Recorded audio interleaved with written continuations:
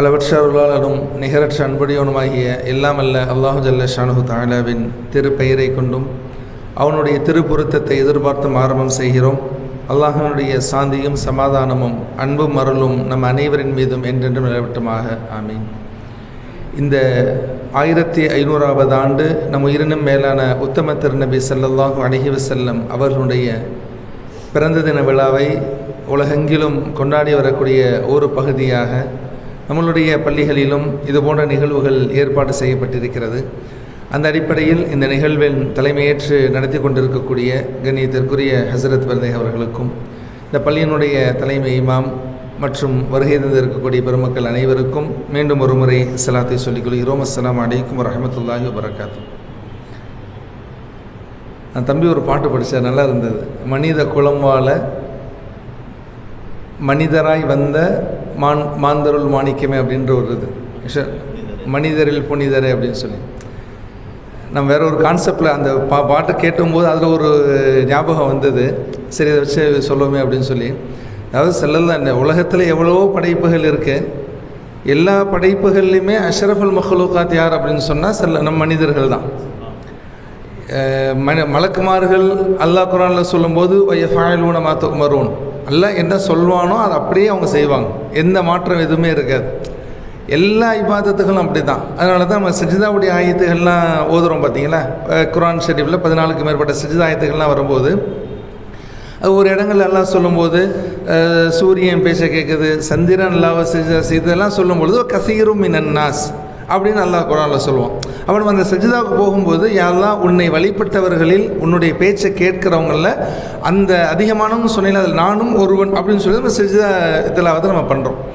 அப்போ அந்த அடிப்படையில் எங்கே பார்த்தாலும் மனிதர்களை மனித குலத்தை அல்லாஹு ஜல்ல ஷானுஹு தஆலா இவ்வளோ உயர்த்தி வச்சிருக்கிற காரணம் என்ன அப்படின்னு சொன்னால், ஸல்லல்லாஹு அலைஹி வஸல்லம் அவர்களை அல்லாஹ் மனிதராக படைத்ததால தான்.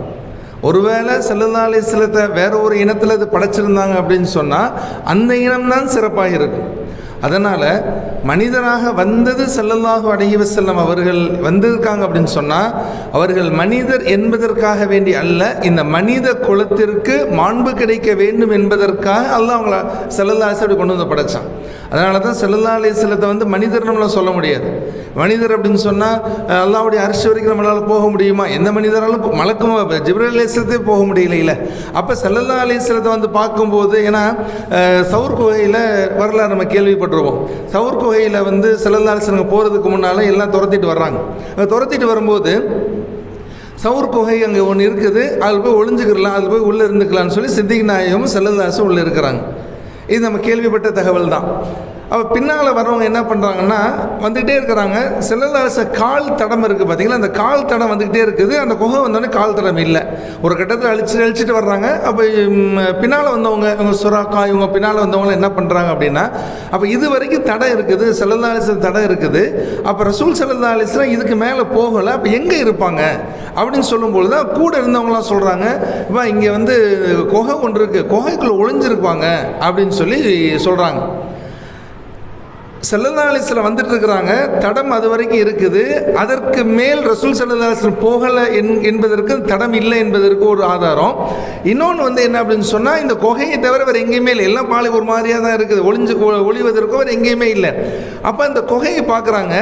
குகைக்குள்ளே போய் பார்த்தா ஒருத்தர் போய் பார்க்குறப்பா, குகைக்குள்ளே போய் பாருப்பா முகமது நபி இங்கே ஒளிஞ்சிருக்காரான்னு சொல்லி பார்க்கும்போது அந்த குகையினுடைய நுழைவாயில் ஒரு 2 காட்சியை பார்க்குறாங்க. பார்த்தோன்னே சொல்கிறாங்க, ஏங்க இங்கே சான்ஸே இல்லைங்க, இங்கே மனிதர்கள் வர்றதுக்கான சான்ஸ் இல்லை. அதனால அவங்க திரும்பி போயிட்டாங்க.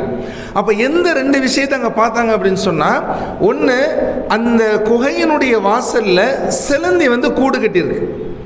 பொதுவாக சிலந்தி கூடு கட்டணும் அப்படின்னு சொன்னால் 24 மணி நேரம் ஆகும். ஒரு சிலந்தி கூடு கட்டணும், அப்படி ஒரு வீடு கட்டணும் அப்படின்னு சொன்னால் இப்போ வீடுகள்லாம் இருக்கும், அப்படியே இதாக இருக்கும், அப்படியே கட்டணும், ஒரு 24 மணி நேரம் ஆகும். அப்போ ஒரு சிலந்தி கூடு கட்டுவதற்கு 24 மணி நேரம் ஆகும் என்று சொன்னால் நம்ம இப்போ தானே வர்றோம். அப்போ சிலந்தி கூடு கட்டியிருந்தால் சிலந்தான் உள்ளே போயிருந்தாங்கன்னா அது உடஞ்சு தானே இருக்கும் அப்படின்னு சொல்லி வருது. அதனால தான் பெருமானாருக்காக வேண்டி அந்த குகையினுடைய வாசல்ல இருந்ததால் என்னவோ திருக்குறான் அல்லாஹ் அன்கபூத் என்ற ஒரு சூறாவே அல்லாஹ் இறக்கி வச்சிருக்கிறான். இது ஒன்று. இரண்டாவது என்ன அப்படின்னு சொன்னால், அங்கே அந்த சவுர் குகையில் காட்டுப்புறா இருந்துச்சு. பொதுவாக நம்ம புறாக்கள்லாம் பார்த்துருப்போம். பொதுவாக நம்ம இங்கே வைக்கிற புறாக்களுக்கும் காட்டில் இருக்கக்கூடிய பறவைகள் விலங்குகளுக்கும் வித்தியாசம் இருக்கும். காட்டுப்புறாவுடைய தன்மை என்ன அப்படின்னு சொன்னால், மனிதர்கள் இருக்கக்கூடிய இடங்களில் காட்டுப்புறா இருக்காது. இது அந்த காட்டுப்புறாவுக்கான ஒரு சிஃபத்தை அந்த பறவையாளர்கள் விவரிக்கிறாங்க. மனிதர்கள் இருந்தாங்கன்னா அங்கே காட்டுப்புறா இருக்காது. அப்போ அவங்க என்ன முடிவுக்கு வர்றாங்க, ரசூல் ஸல்லல்லாஹு அலைஹி வஸல்லம் அபூபக்கர் சித்திக் நாயகம் அவர்கள் இருந்தாங்கன்னா அங்கே மனிதர்கள் இருக்கிற இடத்துல காட்டுப்புறா இருக்காது. நம்ம காட்டுப்புறா இருக்குதுல்ல, ஆனால் அங்கே மனிதர்கள் இல்லை, யாரும் இல்லைன்னு சொல்லி தான் அவங்க திரும்பி போகிறாங்க. அப்போ இங்கே ஒரு செய்தி என்ன அப்படின்னு சொன்னால், ரசூல் ஸல்லல்லாஹு அலைஹி வஸல்லம் அவங்க குகைக்குள்ளே தான் இருக்கிறாங்க, ஆனால் மனிதர்கள் இருக்கின்ற இடத்தில் காட்டுப்புறா இருக்காது என்று சொன்னால் ரசூல் ஸல்லல்லாஹு அலைஹி வஸல்லம் யார்? சரி, ரசூல் ஸல்லல்லாஹு அலைஹி வஸல்லம் விட்டுருங்க, அபூபக்கர் சித்திக் ரலியல்லாஹு அவங்க யார்? அப்போ அப்போ ஸல்லல்லாஹு அலைஹி வஸல்லம் அவங்க நம்ம வேணுங்கிறதுக்காக வேண்டி தான், எப்படி ஸல்லல்லாஹு அலைஹி வஸல்லம் ஒழு செஞ்சுட்டு தான் நைட்டு என்ன செய்வாங்கன்னா படுப்பாங்க, காலைல தஹஜ்ஜுதுக்கு ஒழு செஞ்சுட்டு தான் பெரும்பாலும் தொழுவாங்க. ஒழு செய்யும்போது ஆயிஷா நைட்டை சொல்லுவாங்க, நீங்கள் தண்ணியை வச்சுருக்கமா நான் ஒழு செய்கிறேன் அப்படின்னு சொல்லிட்டு. அன்றைக்கி ஒரு நாள் பார்க்குறாங்க, ஸல்லல்லாஹு அலைஹி வஸல்லம் தஹஜ்ஜுத் தொழுதுட்டு இருக்கிறாங்க, ஆயிஷா நைகி பார்க்குறாங்க தண்ணி வச்ச தண்ணி அப்படியே இருக்குது. ஸல்லல்லாஹு அலைஹி வஸல்லம் கேட்குறாங்க, நாயகமே நீங்கள் தொழுவுறீங்க, தூங்குனீங்க, இப்போ இங்கே தான் படுத்தீங்க, கூட தான் படுத்தீங்க, எந்திரிச்சு ஒழு செய்யாமல் நீங்கள் பாட்டு தொழுதுட்டு இருக்கிறீங்களே அப்படின்னு கேட்கும்போது ஸல்லல்லாஹு அலைஹி வஸல்லம் சொன்னாங்க, ஐனானி தனாமானி வல் கல்பு யக்மான், என்னுடைய 2 கண்கள் தான் தூங்குகிறதே தவிர கல்பு தூங்கலை அப்படின்னாங்க. ஆனால் ஸல்லல்லாஹு அலைஹி வஸல்லம் எல்லா நேரங்களையும் அப்படி இருந்தாங்கன்னா இல்லை, எல்லா வக்துக்கு வருவாங்க, ஹவுல்ல இல்லை ஒழு செய்வாங்க, ஒழு செஞ்சு நம்ம தொழுதாங்க. அப்போ அதே மாதிரி ஸல்லல்லாஹு அலைஹி வஸல்லம் என்ன பண்ணாங்க, நோன்பு வச்சாங்க, சௌம விசால் அப்படின்னு தொடரும் நோன்பு வச்சுட்டே இருக்காங்க. சஹரும் கிடையாது, இஃப்தாரும் கிடையாது, தொடரும் நோன்பு வச்சுக்கிட்டே இருக்கிறாங்க. இதை பார்த்து சஹாபிகள் என்ன பண்ணுறாங்க, ஸல்லல்லாஹு அலைஹி வஸல்லம் செய்கிறாங்களே நம்மளும் செய்யணும் அப்படின்னு சொல்லிட்டு அவங்களும் சஹரும் கிடையாது, இஃப்தாரும் கிடையாது, நோன்பு வச்சுக்கிட்டே இருக்கிறாங்க. ஸல்லல்லாஹு அலைஹி வஸல்லம் கேட்குறாங்க, யா ரசூலல்லாஹ் நீங்கள் தானே நீங்கள் செய்கிறத பார்த்து நாங்கள் ஃபாலோ பண்ணுறோம், நான் ஐயுக்கும் மிஸ்லி உங்களை என்ன போல் யாருன்னு சொல்லி கேட்டாங்க. இது ஒரு நிகழ்வு. ஆனால் ஸல்லல்லாஹு அலைஹி வஸல்லம் எல்லா காலங்களிலும் எல்லா நேரங்களிலும் சஹரும் இஃப்தாரும் செய்யாமல் செஞ்சாங்கன்னா இல்லை, ஸல்லல்லாஹு சஹரும் செஞ்சாங்க, இஃப்தாரும் செஞ்சாங்க. அதே மாதிரி தான் தொழுகைனா ஸல்லல்லாஹு அலைஹி வஸல்லம் தொழுகிட்டே இருப்பாங்க. ஒது இல்லாமல் ஸல்லல்லாஹு அலைஹி வஸல்லம் தொழுக முடியும், நோன்பு சஹர் இஃப்தார் இல்லாமல் ஸல்லல்லாஹு அலைஹி வஸல்லம் நோன்பு வைக்க முடியும். இருந்தாலும் கூட பிரே ஸல்லல்லாஹு அலைஹி வஸல்லம் செஞ்சாங்க, பிரே ஸல்லல்லாஹு அலைஹி வஸல்லம் சஹருக்கு இஃப்தாரும் சாப்பிட்டாங்க அப்படின்னா பெருமானாரால் ஒது இல்லாமல் தொழுக முடியும். ஆனால் நாம் ஒது செய்து தொழுக வேண்டும் என்பதற்காக ஒது செய்து காண்பித்தார்களே தவிர ஒதுவை விட்டும் தூய்மையானவர்கள் பெருமானார் ஸல்லல்லாஹு அலைஹி வஸல்லம். அதனால தான் ஒரு அல்லாமா இக்பால் கவிஞர் எழுதுனாங்க, ஸல்லல்லாஹு அலைஹி வஸல்லம் அவங்க குளிக்கும் பொழுது தண்ணீர், குழந்தை பிறந்தவொடனே தண்ணி இது பண்ணுவாங்கல்ல, தண்ணீர் தன்னைத்தானே சுத்தப்படுத்தி கொண்ட நேரம் பெருமானாரை குளிப்பாட்டிய போது அப்படிம்பாங்க. அதனால் சுத்தத்துக்கே எதுக்கு தண்ணி? அது அந்த அடிப்படையில் தான். அந்த அடிப்படையில் ஸல்லல்லாஹு அலைஹி வஸல்லத்துக்கு சஹரும் தேவையில்லை, இஃப்தாரும் தேவையில்லை. இருந்தாலும் ஏன் சாப்பிட்டார்கள், ஏன் இஃப்தார் செய்தார்கள் தெரியுமா? நாம் சாப்பிட வேண்டும், நாம் இஃப்தார் செய்ய வேண்டும் என்பதற்காக சாப்பிட்டு காண்பித்தார்களே தவிர பெருமானாருக்கு அது தேவையில்லை. அதுபோல்தான் பெருமானார் ஸல்லல்லாஹு அலைஹி வஸல்லம் நாமெல்லாம் உலகில் வாழ்ந்து மரணிக்க வேண்டும் என்பதற்காக மரணித்து காண்பித்தார்களே தவிர மரணத்தை விட்டு அப்பாற்பட்டவர்கள் ஸல்லல்லாஹு அலைஹி வஸல்லம் அவர்கள். மரணம் இல்லை அவங்களுக்கு. அதனால தான் ஹயாத்து நபி ஸல்லல்லாஹு அலைஹி வஸல்லம். எங்க ஒரு ஷைத்தான் உயிரோடு இருக்கிறான், ஒரு ரோட்டில் போகிறோம், ஒரு பெண்ணை பார்க்குறோம், ஒரு தவறான சிந்திக்கிறோம், கேட்டால் என்ன ஷைத்தான் வழி கெடுத்துட்டாங்க. அப்போ ஷைத்தான் உயிரோடு இருக்கானா செத்து போயிட்டானா? செத்து போன சைத்தானால் எப்படி வழிகெடுக்க முடியும்? வழிகெடுப்பதற்கு சைத்தான் உயிரோடு இருக்கிறான் என்று நம்பக்கூடியவர்கள் ஹிதாயத்தை கொடுக்கக்கூடிய பெருமானார் ஸல்லல்லாஹு அலைஹி வஸல்லம் எப்படி ஹயாத் இல்லாமல் போயிடுவாங்க? இந்த ஒரு பேசிக்கான நாலேஜ் கூட இல்லாத அளவுக்கு அவங்களுடைய ஹதமல்லாஹு அலா குலூபிஹிம்னா அல்லாஹ் அவங்களுடைய இதயத்தை மூடி வச்சா, சீல் போட்டு வச்சுட்டான் அப்படின்ற அந்த அடிப்படையில் தான். எனவே பெருமானார் ஸல்லல்லாஹு அலைஹி வஸல்லம் அவர்கள் பரிசுத்தமானவர்கள், தூய்மையானவர்கள், மனிதராக இருந்து மனித குலத்திற்கு அப்பாற்பட்டவர்கள். மனிதராக இருந்தாங்க, சாப்பிட்டாங்க. அதனால தான் 3 நிகழ்வு செல்லலாம். அதாவது தமிழில் ஒன்று சொல்லுவாங்க, பாதைகள் மாறுகின்ற பொழுது பார்வைகள் மாறும் சொல்லுவாங்க. ஸல்லல்லாஹு அலைஹி வஸல்லத்தை நம்ம எப்படி பார்க்குறோங்கிற அந்த கோணம் இருக்குது பார்த்தீங்களா? இதுதான் ஒரு மனிதனை தீர்மானிக்கக்கூடிய விஷயம். நம்மளுக்கு அல்லாஹ் தொழுவ சொல்லிட்டான், தொழுதுறோம். நோன்பு வைக்க சொல்லிட்டான், நோன்பு வைக்கிறோம். ஸகாத் இதெல்லாம் அல்லாஹ் கடமைகள் நம்ம செஞ்சிடறோம். ஆனால் ஈமான் எங்கே நம்மளுக்கு தீர்மானிக்கப்படுது தெரியுமா? சொர்க்க நரகம் கூட எங்கே தீர்மானிக்கப்படுது தெரியுமா? அல்லாஹ்வை இலாஹாக ஒருவன் ஏற்றுக்கொண்டான், அவனுக்கு சொர்க்கம் கிடைச்சிருமா? அல்லாஹ் குர்ஆன்லயே சொல்றான், வானங்களையும் பூமியையும் படைத்தது யார் என்று யூதர்கள்ட்ட கேட்டா அவர்கள் சொல்வார்கள் அல்லாஹ், அல்லாஹ் தான் இதெல்லாம் படைத்தான் என்று அவர்கள் எல்லாம் சொல்லுவாங்க. ஏன் இவன் அபூஜஹல் இருந்தான், அபூலஹப் இருந்தான், இவர்களெல்லாம் அல்லாஹ் ஒருத்தர் இருக்கிறான் நம்ம அவனா அவங்க இருக்கிறான்னு நம்பத்தானே செஞ்சாங்க. எங்க சிக்கல் வந்துச்சு அப்படின்னு சொன்னா, சரி அல்லாஹ்வை ஏற்றுக்கொண்டாங்க யூதர்கள்லாம், வானம் பூமி எல்லாம் படைச்சது யாருங்க? அல்லாஹ் தாங்க. எல்லாத்தையும் படைச்சது யாரு? அல்லாஹ் தான் என்று ஏற்றுக்கொண்டார்கள். ஆனால் அவர்களால் சொர்க்கம் போக முடியுமானா சொர்க்கம் போக முடியாது. அப்ப சொர்க்கத்திற்கு போக வேண்டும் என்று சொன்னாலும் கூட அங்கே முஹம்மது ரசூல் ஸல்லல்லாஹு அலைஹி வஸல்லம் வேணும். லா இலாஹ இல்லல்லாஹ் என்ற கலிமாவை மொழிந்தவர்கள் எல்லாம் சொர்க்கத்திற்கு செல்ல முடியாது. முஹம்மது ரசூலுல்லாஹி ஸல்லல்லாஹு அலைஹி வஸல்லம் கலிமாவை சொன்னவர்களால் மட்டும்தான் நம்ம உள்ளே போக முடியும். அப்ப அந்த சொர்க்கத்துக்கான என்ட்ரி கார்டே என்ன அப்படின்னு சொன்னா ஸல்லல்லாஹு அலைஹி வஸல்லம் முஹப்பத் தான். அப்ப பெருமானார் ஸல்லல்லாஹு அலைஹி வஸல்லம் அவர்களை கொண்டுதான் இங்கே ஈமானே தீர்மானிக்கப்படுகிறது. அப்ப நம்ம ஈமான் அப்படின்னா என்ன? அதனால தான் தமிழ்ல சொல்லுவாங்க, பாதைகள் மாறுகின்ற பொழுது பார்வைகள் மாறும். ஸல்லல்லாஹு அலைஹி வஸல்லம் ஒண்ணுதானே, ஸல்லல்லாஹு அலைஹி வஸல்லம் இருந்தாங்க. ஸல்லல்லாஹு அலைஹி வஸல்லம் இருக்கிற காலகட்டத்திலே அபூஜஹல் தனியா பிரிஞ்சாங்க. அபூஜஹல் என்ன பார்த்தான், என்னப்பா அவங்க பெரிய ரசூல்லாப்பா, அவங்க பெரிய ரசூலுங்க, அல்லாஹ்வுடைய தூதர் அப்படின்னு சொன்னாங்க. ஏங்க அவர் தூதரா?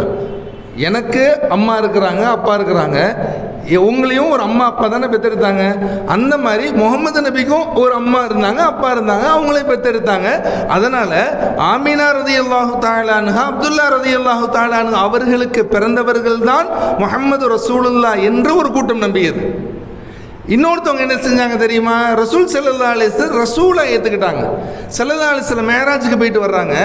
ஸல்லல்லாஹு அலைஹி வஸல்லம் மேராஜுக்கு போயிட்டு வந்த உடனே அப்போ அபூஜஹல் சித்திக் நாயம் அங்கே இல்லை. அப்போ நேரம் ஸல்லல்லாஹு அலைஹி வஸல்லம் அல்லாஹ்வுடைய அர்ஷை போய் அல்லாஹ்ட்ட போய் பேசிட்டு வந்தோன்னு சொல்லும் பொழுது அப்போ அபூஜஹல் என்ன சொன்னா, சித்திக் நாயத்தை காணோம், வேகமாக ஓடி போனோம். அப்போ சித்திக் நாயம் வந்தாங்க. வரும்போது சொன்னாங்க, அவங்க முகமது நபி இன்னைக்கு ஒரு கதை சொல்கிறாருங்க.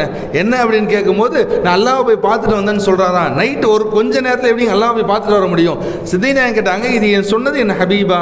ஆமா ஆமா அப்படின்னா சதக்த, நான் ஏற்றுக்கொண்டதுனால தான் அவங்களுக்கு அபூபக்கர் சித்திகின் பெயரே வந்தது என்று வரலாறுல எழுதுறாங்க. அப்ப இங்கே ஸல்லல்லாஹு அலைஹி வஸல்லம் மேராஜுக்கு போயிட்டு வந்துட்டாங்கல்ல, வந்ததுக்கு பின்னால எங்க அந்த சமூகத்தில் ஒரு பிளவு ஏற்படுது. என்ன பிளவு ஏற்படுதுன்னா, ஸல்லல்லாஹு அலைஹி வஸல்லம் ரசூல் தானே, மூசா நபி ரசூல் தானே, ஈசா நபி ரசூல் தானே, தாவூத் அலைஹிஸ்ஸலாம் ரசூல் தானே, இவங்கெல்லாம் ரசூல்மார்கள் தானே, இவங்கெல்லாம் அல்லாஹ் போய் பார்த்துட்டு வந்தேன்னு சொன்னாங்களா? பார்க்கலையே அவங்க. அப்போ அவங்களால முடியல அப்படின்னு சொன்னால் இவங்க எப்படி போயிருப்பாங்க அப்படின்னு சொல்லி ரசூல் ஸல்லல்லாஹு அலைஹி வஸல்லம் ஏற்றுக்கொண்ட ஒரு சில மக்கள் ரசூல் ஸல்லல்லாஹு அலைஹி வஸல்லம் ரசூல் அப்படின்றத அடிப்படையை வச்சு அவங்க தனியாக பிரிஞ்சு போயிட்டாங்க. அப்போ ரசூல் ஸல்லல்லாஹு அலைஹி வஸல்லத்தை அவர்கள் அப்துல்லா, அல்லாஹ்வுடைய அடியார் என்று பார்த்த கூட்டம் ஒன்று, அல்லாஹ் பெருமானாரை ரசூலுல்லாஹி ஸல்லல்லாஹு அலைஹி வஸல்லம் அல்லாஹ்வுடைய ரசூல் என்று பார்த்த ஒரு கூட்டம். இவங்க சித்திக் நாயகத்திலிருந்து பெரிய பெரிய சஹாபிகள் எந்த கோணத்தில் பார்த்தாங்க தெரியுமா? பெருமானாரை அப்துல்லாஹ்வாக பார்க்கவில்லை, பெருமானாரை ரசூலுல்லாஹ்வாக பார்க்கவில்லை, பெருமானார் அல்லாஹ்வுடைய நூர் என்பதாக பார்த்தார். அல்லாஹ்வுடைய நூர் ஸல்லல்லாஹு அலைஹி வஸல்லம். அப்போ அவர்களால் போகத்தான முடியும் அப்படின்னு சொல்லி தான் அப்போ 3 விதம். அப்போ இங்கே கூட பாருங்க, பெருமானார் ஸல்லல்லாஹு அலைஹி வஸல்லம் அவர்களுடைய மேராஜ் பயணம் தான் அவர்களுடைய ஈமானுடைய தராதரத்தையும் அந்த ஈமானிய தரத்தையும் தீர்மானிக்குது. அதனால தான் ஸல்லல்லாஹு அலைஹி வஸல்லம் முஃபஸ்ஸிரீன்கள் சொல்லுவாங்க, மேராஜ் ஏன் நடந்துச்சு தெரியுமா? மேராஜ் நடந்ததற்கான ஒரு பல காரணங்கள் நம்ம சொல்லுவோம். ஸல்லல்லாஹு அலைஹி வஸல்லம் அங்கே ஹதிஜா நாயகமோ அவங்க அபூ தாலிப் ரலியல்லாஹு அவங்க இறந்துட்டாங்க, இறந்தோடனே சோகமாக இருந்தாங்க, அதனால் அல்லாஹ் அவங்களுக்கு மகிழ்ச்சியை கொடுத்த மாதிரி பல காரணங்கள் சொல்லும் பொழுது சூஃபியாக்கள் ஒரு விளக்கம் சொல்லுவாங்க. அதாவது நபிமார்கள்லாம் இருந்தாங்கல்ல, நபிமார்கள் இருக்கும்போது சாலிஹ் அலைஹிஸ்ஸலாம் ஒரு நபி. அப்போ நீங்கள் உங்களை நபி நான் ஏற்றுக்கிறணும் அப்படின்னு சொன்னால் சொன்னால் என்ன தெரியுமா வேணும்? நீங்கள் வந்து இந்த ஒரு ஒட்டகம் இருக்குது பார்த்தீங்களா, இந்த ஒட்டகம் ஒரு சனையுள்ள ஒரு ஒட்டகம் வந்து பாறையிலேருந்து வரணும்னு சொல்லி நிறைய இன்ஸ்ட்ரக்ஷன்லாம் கொடுக்குறாங்க. வரலாறுகள்லாம் கேள்விப்பட்டிருப்போம். அப்போ அவங்க என்ன பண்ணுறாங்க அப்படின்னு சொன்னால், அப்போ ஸல்லல்லாஹு நபிமார்கள் அல்லாஹ்ட்ட கேட்குறாங்க, யா அல்லாஹ் இந்த மாதிரி கேட்குறாங்கன்னா, அப்போ அந்த மாதிரி ஒரு சனையுள்ள ஒட்டகம் பாறை வழியாக வந்துச்சுன்னு வரலாறுல பார்க்குறோம். அப்போ நபிமார்களுக்கு கராமத்தை அல்லாஹ் ஏன் கொடுத்தான், முஅஜிஸாத்தை ஏன் கொடுத்தான் அப்படின்னா, சாதாரண மக்கள், ஏன்னா தாவூத் அலைஹிஸ்ஸலாம் எல்லா நபிமார்கள் எங்கே இருக்கிறாங்க? சமூகத்தோடு தானே இருக்கிறாங்க, யாரும் தனியாக இல்லையே. சமூகத்தோடு இருக்கிறாங்க, பள்ளியில் இருக்கிறாங்க, போகிறாங்க, கடை எல்லாம் நண்பர்களாக தானே பழகிட்டு இருக்கிறாங்க.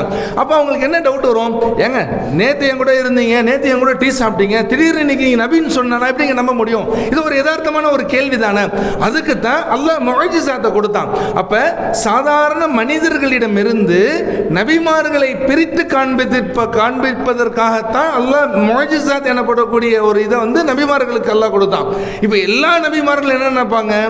ஆமாம் எல்லாம் ஒன்று தானே, மூசா அலைஹிஸ்ஸலாம் ஒன்று தான், ரசூலுல்லாஹ் ஒன்று தான், ஈசா அலைஹிஸ்ஸலாம் ஒன்று தான். ஏன்னா எல்லா நபிமார்களுக்கும் ஒரு அற்புதம் இருக்குல்ல. ஈசா அலைஹிஸ்ஸலாம் வெண்குஷ்டத்தை போக்குவாங்க, மூசா அலைஹிஸ்ஸலாம் அசாங்கிற இதை வச்சு தடிச்சா இதெல்லாம் போகும். அந்த மாதிரி ஒவ்வொரு நபிமார்களுக்கு முஅஜிஸாத் கொடுத்த மாதிரி ரசூல் ஸல்லல்லாஹு அலைஹி வஸல்லம் முஅஜிஸாத் எல்லாம் கொடுத்துருக்குறான். ஸல்லல்லாஹு அலைஹி வஸல்லம் இது ஓதுவோம்ல, நம்ம ஸல்லல்லாஹு ஒரு இடத்துக்கு போவாங்க, இது சொல்லுவாங்க, வாகாய் விரல்களிலே வரவழைத்த நன்னதியால் தாகங்கள் தீர்த்து வைத்த தாஹா ரசூல் நபியே. மியாசெய்தி வைத்திர ஓதுறதுனுடைய தமிழ் அர்த்தம் தான். வாகாய் விரல்களிலே வரவழைத்த நன்னதியால் தாகங்கள் தீர்த்து வைத்த தாஹா ரசூல் நபியே, மறுமையிலே வரும் தாகம் வருத்தமெல்லாம் உங்களோட காத்திடுவீர் நாயகமே என்று அந்த ஒவ்வொரு நம்ம யாசெய்தி வைத்து ஓதுறோம் பாருங்க, ஒவ்வொன்றும் அழகாக அந்த வரிகள் எல்லாம் பார்த்தீங்கன்னா ரொம்ப அற்புதமாக இருக்கும், ரொம்ப அற்புதமாக இருக்கும். அப்போ ஸல்லல்லாஹு அலைஹி வஸல்லம் இந்த விரல் இடுக்கில் இருந்து தண்ணி வரும். அப்போ எல்லா நபிமார்களுக்கும் முஅஜிஸாத் இருந்துச்சு, அந்த மாதிரி ரசூலுல்லாஹ்வுக்கும் முஅஜிஸாத் இருக்குது. இது என்னங்க அற்புதம் என்று அப்போ நபிமார்கள் சரி அவங்களுக்கு நினைக்க மாட்டாங்க. ஒரு மனிதர்களுக்கு அந்த நினைப்பு வரும்ல. அதனால் மனிதர்களிடமிருந்து நபிமார்களை பிரித்து காண்பிப்பதற்காக முஅஜிஸாத்தை கொடுத்த இறைவன் நபிமார்களிடமிருந்து பெருமானாரை பிரித்து காண்பிக்க வேண்டும் என்பதற்கு அல்லாஹ் பெருமானாருக்கு மேராஜை கொடுத்தான். இப்போ எந்த நபியும் சொல்ல முடியாதுல்ல ரசூலுல்லாஹ் என்ன மாதிரின்னு. மூசா அலைஹிஸ்ஸலாம் ரசூலுல்லாஹ் என்ன மாதிரி அப்படின்னா எந்த நபியும் மேராஜ் போகலையே. அப்போ பெருமானாரை வைத்துத்தான் நம்மளுடைய ஈமான் தீர்மானிக்கப்படுகிறது என்பதை நாம் யோசிக்க வேண்டும். இது ஒரு செய்தி. அதே மாதிரி இன்னொரு முக்கியமான செய்தி, ஸல்லல்லாஹு அலைஹி வஸல்லம் அவர்கள் இந்த உலகத்தில் பிறந்து இதோடு 1500வது ஆண்டு சிறப்பாக அதெல்லாம் நம்மளுக்கு சிறப்பு கொண்டாடுறதுக்கான நசீபெல்லாம் நமக்கு கொடுத்துருக்கான். வரலாற்று சிறப்பு மிக்க ஒரு மீலாது விழா இது. மற்ற வருஷங்கள்னாலும் அப்படி இப்படியே போயிது. 1500 அப்படின்றது ரொம்ப ஒரு வரலாற்று சிறப்பு மிக்கது. 2000 இருப்போமானா தெரியாது. இதுக்கு ஒரு பெரிய நசீப் அல்லாஹ் கொடுத்துருக்கிறான். நமக்கு அதனுடைய அகமியங்கள் விளங்குதா என்னங்கிறது தெரியல. உண்மையிலே இது ரொம்ப அல்லாஹ் நம்மளை தேர்ந்தெடுத்திருக்கிறாங்கிறது ரொம்ப ஒரு உச்சகட்டமான ஒரு விஷயம்.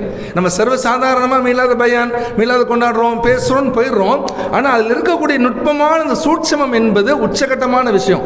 ஏன்னா உலகத்தில் எத்தனையோ தீர்க்கதரிசிகள் வந்திருக்கிறாங்க, எத்தனையோ பிலாசபர்ஸ் வந்திருக்கிறாங்க, தன்னுடைய இதிகாசங்கள் சொல்றவங்க எத்தனையோ பேர் வந்திருக்கிறாங்க. எல்லா உலகத்தில் இதுவரைக்கும் வந்த எல்லா சித்தாந்தங்களும் எல்லா கருத்தியல்களும் 100 வருஷம் 200 வருஷம் 300 வருஷம் 400 வருஷம் அதிகபட்சம் 1000 வருஷம்லாம் ஒரு சித்தாந்தம் நிலைத்ததே கிடையாது. பைபிள் எடுத்துக்கோங்க, மாறிக்கிட்டே இருக்குது, எல்லாமே மாற்றமாகிட்டே இருக்குது. ஆனால் 1500 ஆண்டுகளுக்கு முன்னால் வாழ்ந்த நம் உயிரினும் மேலான உத்தம திருநபி ஸல்லல்லாஹு அலைஹி வஸல்லம் என்ற ஒரு தனி மனிதரின் சொல்லும் செயலும் 1500 ஆண்டுகளுக்கு பின்பும் அப்படியே நடைமுறையில் இருக்கிறது என்ற ஒரு கருத்தியல் உலகத்தில் எந்த தலைவருக்கும் கிடையாது, யாருக்குமே கிடையாது. எந்த மாற்றம் எங்கேயாவது பார்க்க முடியுமா? பெருமானார் ஸல்லல்லாஹு அலைஹி வஸல்லம் வலது பக்கம் கை வைத்து தூங்கினார்கள் என்பதற்காக ஒரு சமூகமே அப்படி பின்பற்றுகிறது. அந்த சமூகம் பின்பற்றுவதை அறிவியலும் ஒத்துக்கொண்டு உடல் நலத்திற்கு ஆரோக்கியம் என்று சர்டிஃபிகேட் கொடுக்குது. உலகத்தில் இந்த மாதிரி வேறு யாராவது பார்க்க முடியுமா? அதனால தான் இந்த 1500 அப்போ ஸல்லல்லாஹு அலைஹி வஸல்லம் இன்னும் சொல்ல போனால் நம்ம கொண்டாடிட்டு போயிடுறோம். பார்த்தீங்களா, பெரிய பெரிய ஆராய்ச்சியாளர்கள் என்ன தெரியுமா யோசிக்கிறாங்க? ஒன்றுங்க, ஒரு தனி மனிதர் ஸல்லல்லாஹு அலைஹி வஸல்லம் வெறும் 63 ஆண்டு காலம் வாழ்ந்தாங்க. 63 ஆண்டு காலம் வாழ்ந்த அந்த விஷயம் எங்கேயுமே சருகலை. குடும்பவியலா பெருமானார் ஸல்லல்லாஹு அலைஹி வஸல்லம் அதே மாதிரி பாருங்கள், இன்னொரு ஆச்சரியமான விஷயம் என்ன தெரியுமா? உலகத்தில் பெருமானாருக்கு மட்டுமே கிடைக்கக்கூடிய ஒரு அலாதியான ஒரு முன்மாதிரி என்ன தெரியுமா? ஒரு மனிதர் ஏழைகளுக்கும் அவர்தான் முன்மாதிரி, பணக்காரர்களுக்கும் அவர்கள் தான் முன்மாதிரி, ஆண்களுக்கும் அவர்கள் தான் முன்மாதிரி, பெண்களுக்கும் அவர்கள் தான் முன்மாதிரி, சின்ன குழந்தைகளுக்கும் அவர்கள் தான் முன்மாதிரி, நடு இளைஞர்கள், திருமணமானவர்கள், முதியவர்களுக்கும் அவர்கள் தான் முன்மாதிரி. இந்த மாதிரி உலகத்தில் ஒரு தனி நபர் பெருமானார் ஸல்லல்லாஹு அலைஹி வஸல்லம் என்ற ஒரு ஒற்றை மனிதர் எல்லா சமூக மக்களுக்கும், எல்லா தரப்பு மக்களுக்கும் முன்மாதிரியாக இருக்க முடியுமா என்று சொன்னால் பெருமானாரை தவிர உலகத்தில் யாருமே கிடையாது. பழங்குடியினர் இருக்கிறாங்க, அவர்களுக்கும் பெருமானார் தான் முன்மாதிரி. நீ மலை பிரதேசத்தில் போயிருந்தவங்க எல்லாருக்கும் பெருமானார் முன்மாதிரி. முன்மாதிரி என்று வார்த்தையில் இல்லை, வாழ்க்கையிலும் அப்படித்தான் நடைமுறைப்படுத்தப்படும். அதனால் இன்னைக்கு வரக்கூடிய ஆராய்ச்சியாளர்கள்லாம் பிரமிச்சு போய் நிற்கிறான். ஒரு தனி மனுஷனுடைய 63 ஆண்டு கால வாழ்க்கை அப்படியே ஓப்பனாக இருக்குது. இன்னைக்கு நம்மளாம் என்ன செய்வோம்? கூட்டமாக இருப்போம்னு வைங்களேன், ஒரு 4 பேர் இருப்பாங்க, சார் கொஞ்சம் வாங்க சார், கொஞ்சம் பர்சனலாக பேசணும் அப்படிமோ. நம்ம பர்சனலாக பேசணுங்கிறதே அது பர்சனல் கிடையாது. நான் மனம் விட்டு யார்கிட்ட பேச முடியும் சொல்லுங்கள்? மனைவிட்ட மனம் விட்டு பேச முடியுமா? இல்லை தந்தை தாயிடம் பேச முடியுமா? இல்லை நண்பர்களிடம் பேச முடியுமா? நம்மளுடைய உள்ளே இருக்கிறதெல்லாம் வெளியே வந்துச்சுன்னா காரி துப்பிடுவாங்க. ஆனால் பெருமானாருடைய இன்னர் சைடு இருக்கு பார்த்தீங்களா, அதுவும் வெளிப்படையானது தான். பெருமானார் எப்படி இருந்தார்கள், எப்படி குடும்பம் நடத்தினார்கள், எப்படி செய்தார்கள், எல்லாமே இன்னைக்கு வெட்ட வெளிச்சம். அப்போ இதில் தான் யோசிக்கிறாங்க, இப்படி ஒரு தனி மனிதரால் என்ன செய்ய முடியும்? எப்படி 1500 வருஷங்களை தாண்டி இப்போ எப்படி இருக்குது அப்படின்னு அவன் யோசிக்கிறான். இதெல்லாம் தாண்டி பெருமானார் மீது நேசம் கொள்ளக்கூடிய மக்கள் இருக்கிறாங்க பாருங்க, சுபஹானல்லாஹ். நம்மெல்லாம் இது இஷ்கே முஹப்பத் தான், இஷ்கே ரசூல் தான். அதனால தான் அவன் யோசிக்கிறான். அப்போ இன்னைக்கு எத்தனையோ தலைவர்கள் இருக்கிறாங்க, தலைவா வாழ்க தலைவா வாழ்கன்னு சொல்லுவான், பின்னால் போயிட்டு காரி துப்பிட்டு போவான். ஆனால் உயிருக்கும் உயிராக, உயிருக்கும் மேலாக பெருமானாரை சொன்னால் கண்ணீர் விடக்கூடிய ஒரு சமூகம், அவர் பிறந்து உலகத்தில் மறைந்து 1500 ஆண்டுகளுக்கு பின்பும் கூட ஒரு சமூகத்தை உருவாக்கி இருக்கிறார் என்று சொன்னால் அவர் யார்? அவரை பற்றி பார்க்கணும், அவரை பற்றி தேடணும், அவரை பற்றி தெரிஞ்சுக்கணும் என்று சொல்லி இந்த 1500வது பிறந்த நாள் இஸ்லாமிய சமூகத்தில், முஸ்லிம் சமூகத்தில் மட்டுமல்ல, சர்வதேச அளவில் மிக பெரும் பார்வையை இந்த பெருமானாருடைய மீளாது விழா மாற்றி இருக்கிறது என்று சொன்னால் அதில் எந்த வகையான சந்தேகம் இல்லை. ஏன்னா உலகத்தில் எல்லாம் யோசிக்கிறாங்க. அதே மாதிரி தான் நீங்க அரசியல் ஆளுமையா, பெருமானார் மாதிரி ஒரு அரசியல் ஆளுமையை உலகம் இதுவரைக்கும் கண்டதில்லை. காந்திஜி கூட என்ன சொல்றாரு, உமரை போன்று நீங்கள் ஆட்சி பண்ணணும் அப்படின்றார். கெஜ்ரிவால் சீஃப் மினிஸ்டர் இருக்கும்போது அந்த ஆரம்பத்தில் 2014-15 சம்திங்ல ஹைதராபாத்தில் பேசிட்டு இருக்கும்போது உமருடைய ஆட்சியை போன்று நான் பின்பற்றுவதற்கு நான் வர்றேன் அப்படின்னு சொல்லி இப்போ சமீபத்தில் கூட சீஃப் மினிஸ்டர் பேசுறாங்க. ஒவ்வொரு நூற்றாண்டுகளிலும் உமர் ரலியல்லாஹு பற்றி பேசப்படாத ஆளுமைகள் இல்லை, அரசியல் தலைவர்கள் இல்லை. வரலில்லா போயிட்டு இருக்கிறாங்க. அமீருல் முஃமினீன் போயிட்டே இருக்கும்போது ஒரு பள்ளத்தாக்கில் போயிட்டு சஹாபிகளோடு போயிட்டு இருக்கிறாங்க. அங்கே நின்று அப்படியே தேம்பி அழுகுறாங்க. அமீருல் முஃமினீனே, திடீர்னு வந்தீங்க, எங்களோட பேசிட்டு வந்தீங்க, இப்போ அழுகுறீங்களே, என்ன காரணம்னு சொல்லி கேட்டாங்க. உமர் ரலியல்லாஹு அவங்க சொன்னாங்க, சின்ன வயசில் எனக்கு எதுவுமே மண்டியில் வராது. எங்கள் அப்பா என்ன செய்வார்னா, ஒட்டகம் மேய்க்க போடா அப்படின்றார். இப்போ சின்ன பிள்ளை போட ஆடு மேய்க்க போ, மாடு மேய்க்க போன்னு நம்ம சின்ன பிள்ளைங்களை திட்டுறோம்ல, படிப்பு வரலன்னு வைங்களேன், நீ ஆடு மேய்க்க கூட லாய்க்கலன்னு சொல்கிறோம்ல. அந்த மாதிரி எங்களுடைய அப்பா என்ன, ஹத்தாபாகி அப்பா, போ ஒட்டகம் மேய்க்க போ அப்படின்னு சொல்லுவார். நான் ஒட்டகத்தை மேய்க்க இந்த பாலைவனத்தில் தான் அப்படியே இருப்பேன். அப்படி இருக்கும்போது ஒரு நாள் எனக்கு ரொம்ப கடுமையான பசி தாங்க முடியல, வெயில் வேற. அதனால காலையில் மேய்க்க வந்த அந்த ஒட்டகத்தை என்னால் கண்ட்ரோல் பண்ண முடியாம பசியினுடைய கொடுமை, பசியினுடைய இந்த இது அதிகரிச்சதுனால நான் சுருண்டு மயங்கி கீழே விழுந்துட்டேன். நான் விழுந்த உடனே அந்த ஒட்டகங்கள்லாம் அப்படியே சிதறி போயிடுச்சு, அங்கங்கே போயிடுச்சு. மாலை நேரம் ஹத்தாபாகிய தந்தை பார்க்குறாரு, நான் சுருண்டு கீழே படுத்து கிடக்கிறேன், ஒட்டகங்கள்லாம் அப்படியே போயிட்டு கிடக்குது. எல்லா ஒட்டகத்தையும் அப்படியே இழுத்துட்டு கூட்டு இன்னொரு கையில் என்னை தரதரவென்று இழுத்துட்டு கொண்டு என் தாய்க்கு முன்னால் சொன்னார், ஹத்தா உமரப்பார், ஒட்டகம் மேய்ப்பதற்கு கூட தகுதி இல்லாதவன் என்று சொன்னார். முரளில் சொன்னாங்க, ஒட்டகம் மேய்ப்பதற்கு கூட தகுதி இல்லாத இந்த உமரை இன்று ஒட்டுமொத்த மதினாவையே ஆளக்கூடிய அரசியல் ஆளுமையாக மாற்றி இருக்கிறது என்று சொன்னால் அது அண்ணல் நபிகளாரோடு கொண்ட தொடர்பும் தோழமையும் தான் என்று சொல்லிடுறாங்க. அப்படின்னு சொன்னா இதை விட வேற என்ன சிறப்பு வேணும்? அந்த உமர் ரலியல்லாஹு அன்ஹுவுக்கு பாடம் கற்றுக் கொடுத்தது யார் தெரியுமா? ஏன்னா இன்னைக்கு வேர்ல்டு வார்லாம் நடக்குது பார்த்தீங்களா, அந்த மாதிரி ஆரம்ப காலங்களில் போர்லாம் நடந்துச்சு. அன்றைக்கி பாரசீகம் ரோம் சொல்லுவாங்க, பாரசீகம் ரோம் சொல்லுவாங்க. இன்றைக்கெலாம் வந்து அது பிரம்மாண்டமான இதாக இருக்கும், பயங்கரமாக இருக்கும். அதில் பண்ண உமரதில் அப்படின்னு இந்த ஸ்ட்ராட்டஜிலாம் இருக்குது பாருங்கள், கேட்டால் மெய் சிலிர்த்து போகும். அப்போ இதுக்கெல்லாம் அடிப்படை யார் அப்படின்னு சொன்னால் பெருமானார் ஸல்லல்லாஹு அலைஹி வஸல்லம். அதே மாதிரி ஸல்லல்லாஹு அலைஹி வஸல்லம் ஸல்லல்லாஹு அலைஹி வஸல்லம் அவங்க சொன்ன ஒரு பொருளாதார கோட்பாடு எவ்வளவு தெரியுமா? சுப்ஹானல்லாஹ். உலகத்தில் இன்னைக்கு கான்ஸ்டிடியூஷன் சொல்றோம்ல, அரசியலமைப்பு சட்டம் சொல்றோம்ல, இஸ்லாமிய வரலாறுல இல்ல, உலக வரலாற்றில் முதலாக எழுதப்பட்ட அரசியலமைப்பு சட்டம் மதீனாவின் அரசியலமைப்பு சட்டம். ஏன்னா ரசூல் ஸல்லல்லாஹு அலைஹி வஸல்லம் ஃபர்ஸ்ட் ரிட்டன் கான்ஸ்டிடியூஷனே வேர்ல்டில் இன்ட்ரடியூஸ் ஆகுது. அதுக்கு முன்னால் எங்கேயுமே கிடையாது. ஸல்லல்லாஹு அலைஹி வஸல்லம் வந்தாங்க, ஃபர்ஸ்ட் மதீனாவில் ஆட்சியை பொறுப்பேற்றாங்க. பொறுப்பேற்றும் பொழுது முதல் வார்த்தை சொன்னார்கள், மதீனாவில் வறுமையை ஒழிப்பேன் என்று சொன்னார்கள். பெருமானார் ஸல்லல்லாஹு அலைஹி வஸல்லம் இந்த உலகத்தை விட்டு மறைகிறார்கள். ஹிஜ்ரி 100வது ஆண்டு.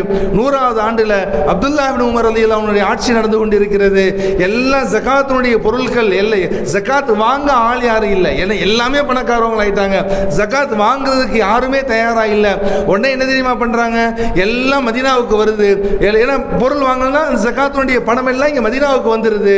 அப்ப என்ன மாதிரியான ஒரு பொருளாதார சிக்கலை சந்தித்தார்கள் தெரியுமா? பணம் இருக்குது ஆனா பயன்படுத்த முடியல. ஏன்னா ஜகாத்துடைய காசை வேற எதுக்கு நோக்கத்துக்கு பயன்படுத்த முடியாதுல்ல. அப்ப எல்லாம் கூப்பிட்டு கேட்குறாங்க, என்ன செய்யலாம்னு சொல்லி கேட்கும் பொழுது அப்துல்லாஹ் இப்னு உமர் ரலியல்லாஹு அவர்கள் ஒரு முடிவு சொல்கிறாங்க. இந்த எவ்வளோ ஜகாத்தினுடைய வெள்ளி தீனார்கள் திர்ஹங்கள் வந்திருக்குதோ எல்லாத்துக்கும் நீங்கள் நவதானியங்களை வாங்கிட்டு வாங்க. இந்த பருப்பு எல்லாம் சொல்கிற மாதிரி நவதானியங்களை வாங்கிட்டு வாங்கன்னு சொல்கிறாங்க. பேரலாக நவதானியங்கள் வந்து இறக்கப்படுது. அப்துல்லாஹ் இப்னு உமர் ரலியல்லாஹு அவர்கள் சொல்கிறார்கள், இந்த நவதானியங்களை கொண்டு போய் இந்த மலை முகட்டு, எல்லாம் பாலைவன பிரதேசம் தானே, அந்த மலை முகட்டில் அப்படியே தூக்கி எரிஞ்சிருங்க, தூக்கி வீசுங்க. நம் தேசத்தை கடந்து செல்கின்ற ஒரு பறவை கூட வயிற்று பசியோடு செல்லக்கூடாது அப்படின்னாங்க. ஒரு பறவை கூட வயிற்று பசியோடு செல்லக்கூடாது என்ற சமூக மாற்றத்தை கொண்டு வந்தது பொருளாதார நிபுணராக இருந்த பெருமானார் ஸல்லல்லாஹு அலைஹி வஸல்லம். சொன்னார்கள், வறுமை ஒழிப்பேன் என்று சொன்னார்கள். அவர்கள் மறைந்த 100 ஆண்டுகளில் வட்டியில் வறுமை இல்லாத ஒரு சமூகத்தை உருவாக்கி காட்டினார்கள். இந்த மாதிரி ஒரு ஆளுமை எங்கே போய் பார்க்க முடியும்? இன்னைக்கு எல்லா துறைகளிலும், மருத்துவத்துறைகள், இன்னைக்கெல்லாம் கேன்சர் அப்படின்றது வந்து சர்வசாதாரணமாயிருச்சு. இன்னைக்கு கூவெம்பு, கர்நாடகாவில் கூவெம்பு யூனிவர்சிட்டின்னு இருக்குது பல்கலைக்கழகம். அங்கே இருக்கக்கூடிய மருத்துவ நிபுணர்கள், மருத்துவ ஆராய்ச்சியாளர்கள் ஒரு ரிசர்ச் எடுக்கிறாங்க. அதாச்சும் ஒரு 10 வருஷம் ஆயிடுச்சு.